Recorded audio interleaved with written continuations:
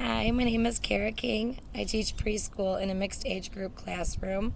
My youngest student turned 3 in December, and my oldest student turned 5 last October.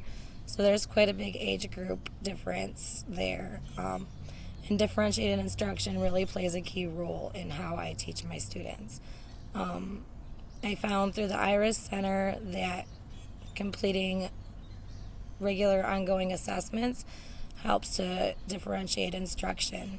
A requirement for my program is that we take documentation twice per child per week, and that could be an anecdotal note, a video, or a photo of that child that we then upload to our online teaching platform and align to the content standards based on that student's performance and progress in the classroom. Another way that I differentiate instruction is by doing the KWL charts. So we focus on the K and the W on Monday and Tuesday, and on Friday we revisit the K, the W, to make sure that we answered all the questions. Did we clear up any misconceptions that we might have had, and to discuss things that we learned throughout the week. The topics, I try to keep the children engaged in the subject matter, because without engagement, the students aren't going to want to do any of the activities that you give them. So I like to ask them a question of the day every day to get them thinking about the subject matter. And then I also incorporate a special question of the day for them every few weeks where I ask them, what do you want to learn about? And then I try to incorporate things that they want to learn into the lesson planning process. This gives them choice in the classroom, and we talk about, well, you wanted to learn this, so this is why we're learning it, and it kind of motivates them a little bit to be more engaged in their learning.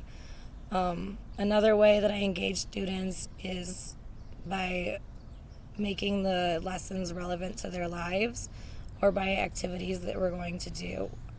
In our classroom, we visit the museums once a month, downtown Cleveland, in University Circle. And one of the museums that we recently visited was the Botanical Garden. So our lessons for the last 2 weeks have been surrounded by growing plants, things that plants need to grow, and the parts of the plants. The museum loaned us a box of materials that I incorporated into the classroom, into each of the center areas. And then I was delighted today when they were answering the questions at the museum and using that vocabulary to talk about the parts of the plants. And they got to see some unusual plants that they had become familiar with over the last few weeks. So with that being said, the engagement tools for Charged Up Learning lays out 8 C's of engaged learning. Curiosity is one of those C's. So we spark that through the use of the KWL charts to get thinking about questions and becoming curious about the content matter. I incorporate books for them to pursue and to preview on their own. And then we read the ones that they're most interested in during circle time, just as an extra book to be read that morning. I find that selecting a book of their choice increases their cooperation while I'm trying to teach other subject matter.